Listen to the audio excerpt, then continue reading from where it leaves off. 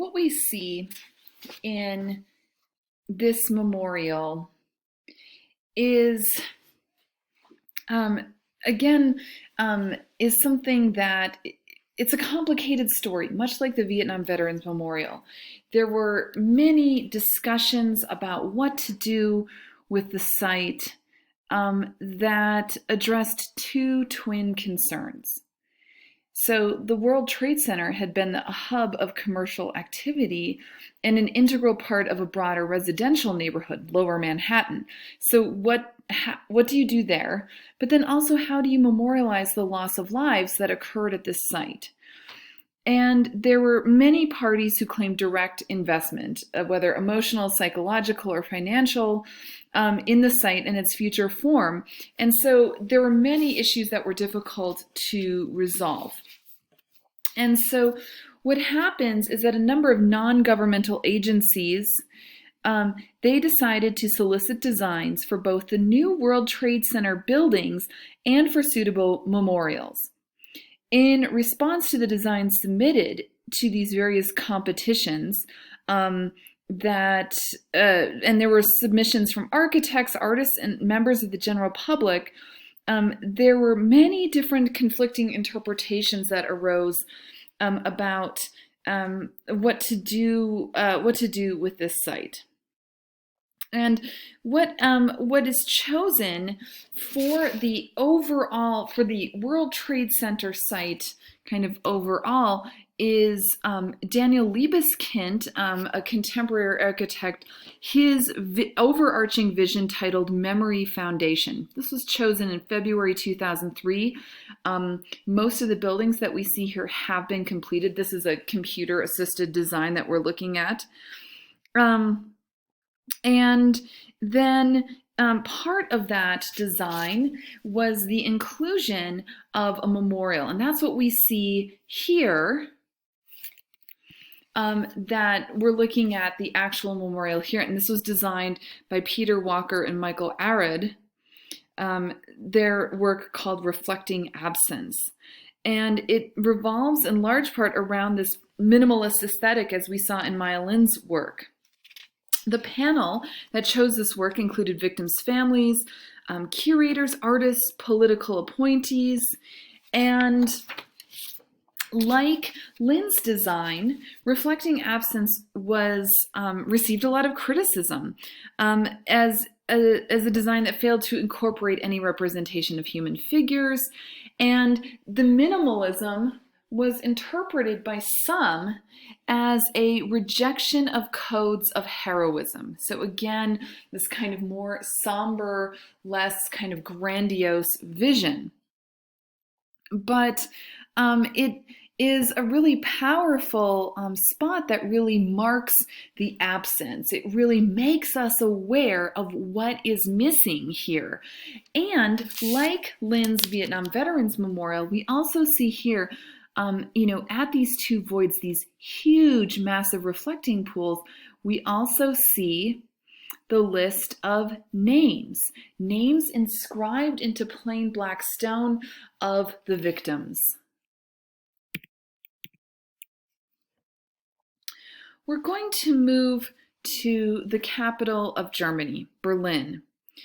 And we want to see here in the memorial to the murdered Jews of Europe, how does a country memorialize the victims of its own genocidal crimes? And of course, what I'm referring to here is the Holocaust perpetrated by the National Socialist German government from 1933 to 1945. And now in the Federal Republic of Germany, how do you properly mourn that period of history? And I think here, Germany really serves as a model to other countries with a kind of open debate. Every school child in Germany learns the extensive history of the Holocaust and anti-Semitism.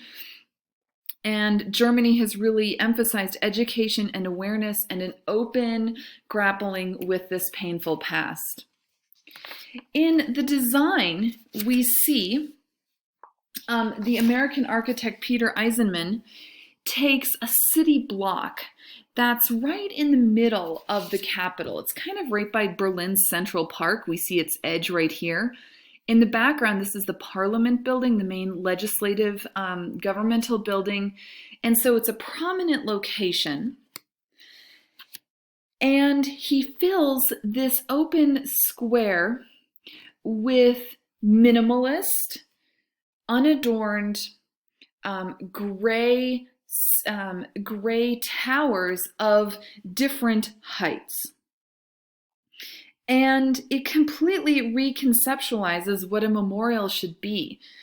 It's huge dimensions, measured in acres, not square feet.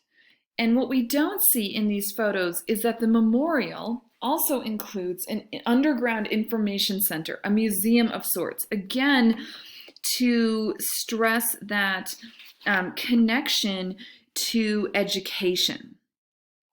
These 2,711 stelae go from 4 centimeters tall to over 4 meters tall. The numbers have no symbolic meaning or connection to the number of victims, but it is a place, and I've been fortunate to visit here on a number of occasions. It is a place where you start to walk and you feel like you're in a labyrinth. You get lost in these stelae, and all of a sudden you look around and you say, oh, I can't see the street. They're towering over me. I think that's exactly the intent, that we can never understand something as horrific as the Holocaust rationally. And this, I think, this memorial gives a physical shape to that impossibility. The final work I want us to look at is the National Memorial for Peace and Justice. Sometimes this is also referred to as the National Lynching Memorial for reasons I'll get into later. And it's new. It was just opened 2 years ago, and it was initiative by the Equal Justice Initiative. EJI was founded by the lawyer Bryan Stevenson. If that name sounds familiar to you, he wrote the book Just Mercy about his quest to get inmates freed who had been wrongfully accused of crimes, and that those wrongful incarcerations primarily affect people of color. And there was a movie about Bryan Stevenson's life also called Just Mercy that recently came out. So the EJI envisioned this place as a sacred space for truth-telling and reflection about racial terror in America and its legacy.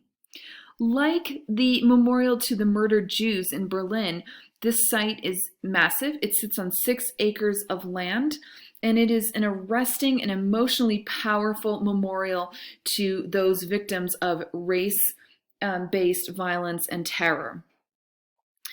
EJI wanted people to gather and reflect, not just on lynching and the over 4,000 Black Americans who were lynched in the United States between 1877 and 1950, but victims of slavery, of police brutality, of racial inequality. And so the memorial has a lot of different pieces. We're kind of looking at the overall site here, but I want to take you through a few different spots. So at the entrance, there's a quote from Martin Luther King Jr., which reads, "True peace is not merely the absence of tension, it is the presence of justice." And so that quotation frames the meaning of this memorial and frames our experience. From there, we look at Kwame Akoto Bamfo's installation that is a monument to the transatlantic slave trade, where we see 7 semi-nude Africans who are enchained for the harrowing journey from the interior of Africa to the coast, to then transportation across the Atlantic. And he bases his memorial on the what do I want to say, the firsthand accounts of this horrific journey, and shows us really the physical terror and suffering that Africans endured.